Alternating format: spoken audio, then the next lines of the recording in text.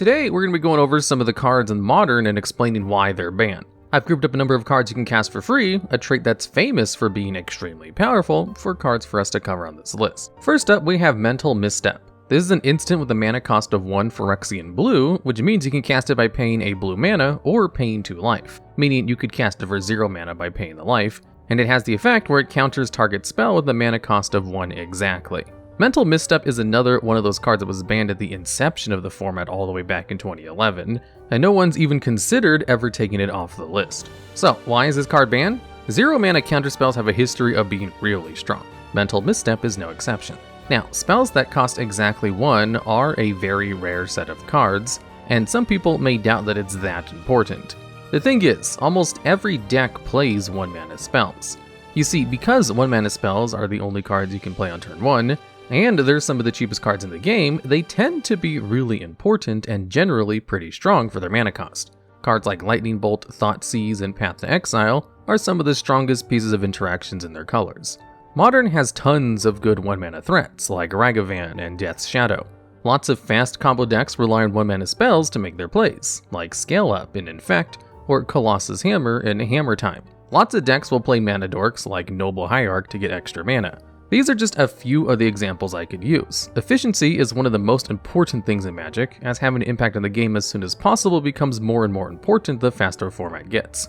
Additionally, this also lets you be more flexible on your turns, as if you have a bunch of 1 mana spells in your hand and 2 or 3 mana, you can cast any combination of your 1 mana cards. So, the combination of how inherently good cheap 1 mana cards are, alongside the fact that they're just a bunch of really good 1 mana spells, means that Mental Misstep has a ton of targets in every game. Misstep is a huge tempo play. Stopping your opponent's removal spell without spending any mana is way better than it sounds like it is. One of the things people learn about Magic very quickly is to watch how much mana your opponent has available. If all their lands are tapped, you can cast whatever you want without worry. However, 0 mana spells change that. You can think you're free to do whatever you want, and then your opponent can blindside you with a misstep. Magic is built around playing around your opponent spending their mana to such a degree that a card like Misstep, that can counter a huge number of plays at any time, and for such a small cost of 2 life, is actually kind of format warping. Not to mention that having it also means you can use it on your opponent's first turn, whereas the first plays are usually completely safe. Pretty much every deck would be playing Misstep. The thing that made this even worse is that the best answer for Misstep is another Misstep. Misstep is technically a 1 mana spell, so it's a valid target for another Misstep.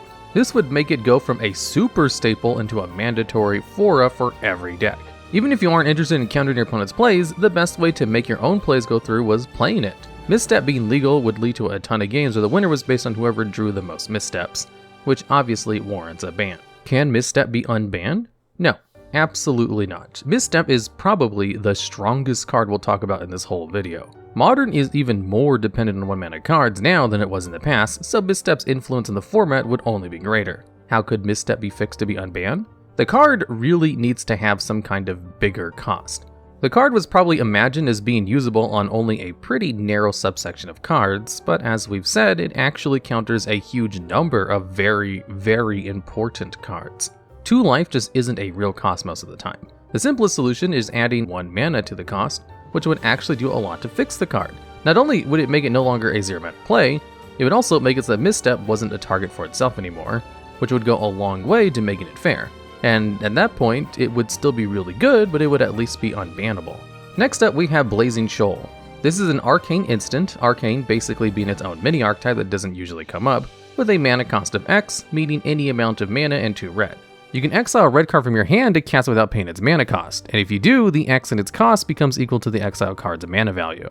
Then it gives a creature plus X plus 0 until the end of the turn. This card is a member of the cycle of Shoals that all have a similar ability, where they can each exile a card of their color from their hand and set the cost of X to the mana value of the card you exiled. Blazing Shoal was banned in September 2011, a month after the format came into existence, meaning it's been on the ban list for a long time. Why is Blazing Shoal banned?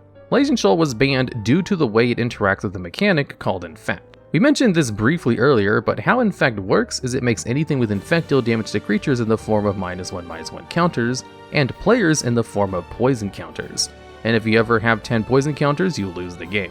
Basically, if you're playing an Infect deck, your opponent starts the game at 10 life instead of 20. This has led to Infect decks being prominent and pretty strong for a long time. And their main strategy is playing cheap Infect creatures and pumping them with pump spells. Blazing Shoal was great in this deck, as it gave them a turn 2 kill. If you played a 1-mana infect creature on turn 1, and then cast a Blazing Shoal on it by exiling a 10-mana red card. It wouldn't normally be possible to get a turn 2 kill with Shoal because Wizards usually doesn't print cards that cost more than around 10 mana at the most. Infect puts Blazing Shoal into lethal range by basically dealing a free 10 damage to your opponent at the start of the game. So, Wizards ban the card to stop Infect from having a way to kill your opponent on turn 2. Could Blazing Shoal be unbanned? Yes, actually. See, the thing is that Blazing Shoal was banned to stop Infect from having a turn 2 kill.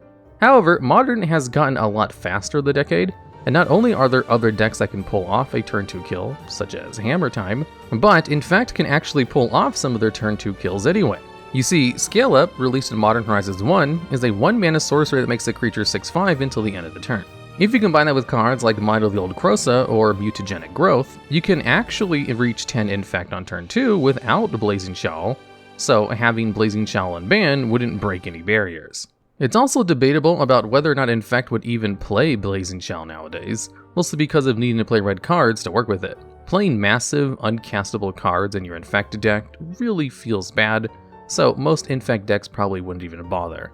The card they thought would play alongside their Shoal, if anything, would be Fury, another card you can cast for free by exiling a card from your hand, which costs 5. This would let them hit some important thresholds for turn 2 kills, but would also let them have another card in their deck that could actually do something. Now, this would maybe be better than Infect decks are right now, but that's kind of a toss-up without extensive testing. Modern day Infect decks are so consistent and have so many good pump spells to play that they don't even play the cantrip that they use to find their important pieces. So, if there's no reason to keep Blazing Shoal banned, why is it still on the ban list? Well, Wizards doesn't ban cards just because they could be fair now. They usually only make changes to a format when they feel it would actively make the format better. It's sort of a better safe than sorry approach. Since banning Blazing Shoal wouldn't make things better, and it's still possible for it to make things worse, why not simply keep it banned? It's certainly the safer option. How can Blazing Shoal be fixed to be unbanned? As I said, it could probably unban with no problem right now, so it doesn't really need fixing. Next up, we have Gitaxian Probe. This is a sorcery with a mana cost of 1 Phyrexian blue, with the effect where you look at your opponent's hand and then draw a card. This card was banned in January 9th of 2017. So why was Gitaxian Probe banned? To put it simply, it did way too much for way too little. Because Probe didn't cost any mana and drew you a card, you didn't lose anything to cast it. Sure, if you're playing against a burn, the 2 life might matter, but in other matchups it usually didn't. Not only was Probe pretty much free, but its effect was surprisingly good. Getting to know your opponent's hand is really important for combo decks that need to put a lot of resources into pulling off their combos. Decks like Infect and Storm both love Probe as a way to check your opponent's hand for interaction. Now, the ability to know what interaction your opponent does and doesn't have is actually way stronger than it sounds at first, because the game is balanced around players usually not knowing what your opponents are holding up.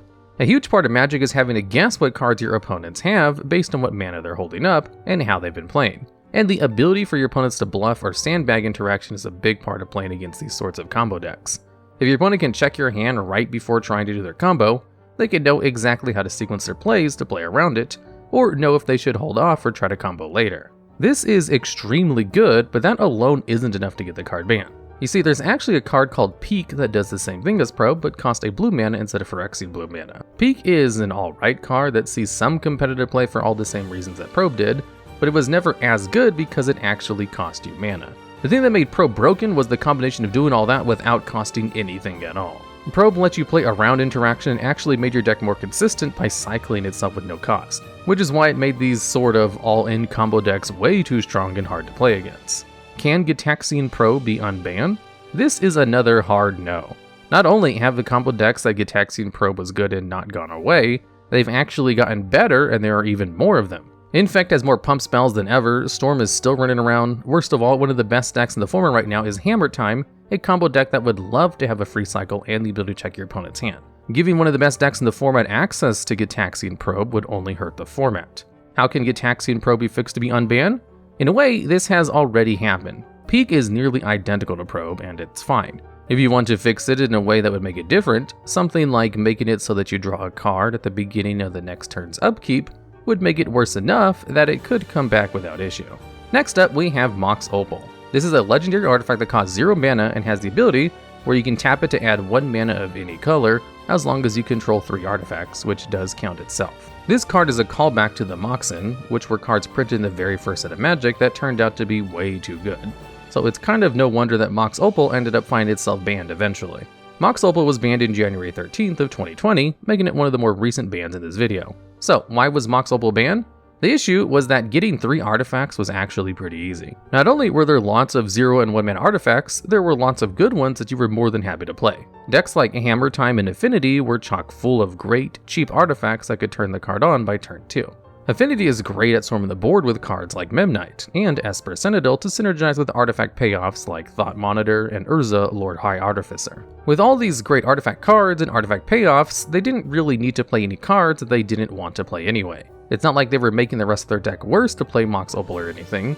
So in these decks, Opal was usually just a normal Mox with a very small restriction. Okay, so then why are the Moxes too good? Moxes are what the community calls mana positive, which means that they generate more mana than it costs to play them. Not only that, but they cost 0 mana, which means that you don't even have to put any investment into them to get anything out. What this means is that Moxes are able to help you accelerate all of your plays, they're extremely flexible, and they're easy to get on board. Rituals are often held back by the initial mana investment, which makes them more awkward to use as it can mess with things like the color requirements of your cards. A Mox is basically a better and easier to use ritual in every way. Not only that, but they generate mana for you every single turn, kind of like Rampant Growth would. The thing is, rituals and ramp spells are both pretty good, and there are decks in Modern that play these kinds of cards to great effect. Moxes are better rituals and better ramp spells, all in one. This isn't even getting into the infinite mana combos you can pull off with them, but that's something we should probably save when we talk about Quark Clan Ironworks. Now, I haven't really been talking about specific decks or interactions that Mox Opal was busted with, but that's because there are just too many to list. If I tried, we'd be here all day. It's been played in decks like Affinity for years and saw play alongside decks like Urza, named after Whir of Invention and Urza, and this is the deck that eventually led to the card getting banned. Of course, this is only scratching the surface of where Opal has been played. Mox Opal was allowed in the format for years, but it was always kind of on a short leash, and a lot of players would probably argue that it should have been banned sooner. It's been in a ton of problematic decks and a key part of making them work, so it's kind of a wonder how it was allowed in the format for so long anyway. Could Mox Opal be unbanned? Another big no. The cards that Mox Opal were good with are still in the format, and they've only gotten better. Mox Opal would be a great include in Hammer Time, a new deck that it wasn't around long enough to see play in, but the card that really seals the deal is Urza's Saga. Saga was released in Modern Horizons 2, which was released in the summer of 2021, so about a year and a half after Opal's banning. Saga is an enchantment land, and it's a saga, meaning that whenever it enters the battlefield or at the beginning of your pre-combat main phase, you put a lore counter on it. Then you trigger the corresponding ability. Then if you just triggered the last ability, you have to sacrifice Urza's Saga. The important ability here is the last one, which lets you search your deck for an artifact with a mana cost of exactly 0 or 1 mana and put it into the battlefield. This would be amazing with Mox Opal, which is why people play the cards together all the time in Legacy, and why Opal will never be unbanned in Modern as long as Saga is around. How can Mox Opal be fixed to be unbanned? This is another card that's really hard to fix without fundamentally changing the design. The card started with 2 ideas, be a Mox and use Metalcraft, which was a set mechanic that did things if you had at least 3 artifacts. These 2 things created a card that was just too good. If you increase the cost, it's not a Mox. If you had more restrictions, it's not really a Metalcraft card. The best answer I have without changing the design is to make it enter the battlefield tapped, but that probably won't do enough. This one's hard to fix without scrapping the design entirely, so I wonder if anyone in the comments can come up with a better restriction that still keeps the same fundamental design. And the final card in this video will be Once Upon a Time. This is an instant with a mana cost of 1 and 1 green, and if it's the first spell you cast this game, you can cast it without paying its mana cost. It has the effect where you can look at the top 5 cards of your library, reveal a creature or land from among them and put it into your hand, and then put the rest of them on the bottom of your deck in any random order. This card was banned in March 9th of 2020, meaning it was the most recent banned card in this video. So why was Once Upon a Time banned? This one is kind of weird. The card isn't banned because it makes anyone's strategy too good, rather it was just a staple that was kind of a no-brainer for a lot of decks. There are a lot of combo and mid-range decks that play a ton of creatures, and of course have lands that they like to grab. Decks like Infect, Amulet Titan, and Boggles all like it for its ability to find key creatures for them on their first turn of the game. This made these decks a lot more consistent and made them able to enable their gameplays way easier. Once Upon a Time is pretty easy to cast on turn 1 for free, but it's perfectly fine to just pay 2 mana for the decks that want to run it too. So, for the upside of getting a huge consistency boost on the first turn of a lot of games, you didn't really have to give up anything. Now, this is obviously really good, but why does a simple boost to consistency of decks warrant a ban? There are a couple of major points. First off, Wizards really doesn't like it when cards become too homogenized in a format. The fact that most of the decks in Modern were playing this card, even if it wasn't a major part of the game plan, just rubbed them the wrong way. The second issue was how the consistency boosting cards make it very difficult to find counterplay for these decks. A lot of the time, trying to make your opponent have to top deck a piece of their combo can buy you the one turn you need to win. This is why interaction for combo decks is so important in these meta games. However, the more consistent these decks can find their combo pieces, the harder it is to fight through and slow them down, or to try and kill them before they can combo off. Another issue is the way that this high consistency tends to favor top tier decks over other decks disproportionately. You see, the reason these decks are top tier is because they're the fastest and most consistent combos in the format. Making everything more consistent favors them over other decks because their combos are stronger and easier to assemble already. So Once Upon a Time doesn't really break anything, it just makes already good decks even better, and widens the gap between the best decks and everything else even more. Can Once Upon a Time be unbanned? This is also a no. Unbanning the card would have a negative impact on the format overall, as all the problems with the card haven't gone away. However, unbanning it wouldn't necessarily break anything in an obvious way. Once Upon a Time is kind of a silent killer.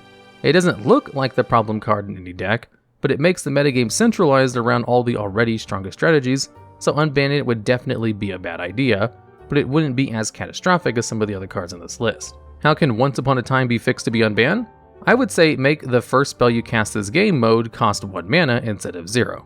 That would make the card still be good, but a lot of decks would be less interested in playing it because they have their other turn 1 plays they really want to do. It would essentially make Once Upon a Time have an actual deck building cost, whereas right now it was kind of a free roll. And that's the majority of the free spells currently banned in Modern, and why they're banned. There's one more free spell that's banned, Chrome Mox, so we'll talk about it in another video. Anyways, thanks for watching the video. If you have any ideas for future videos, we'd love to see those down in the comments below.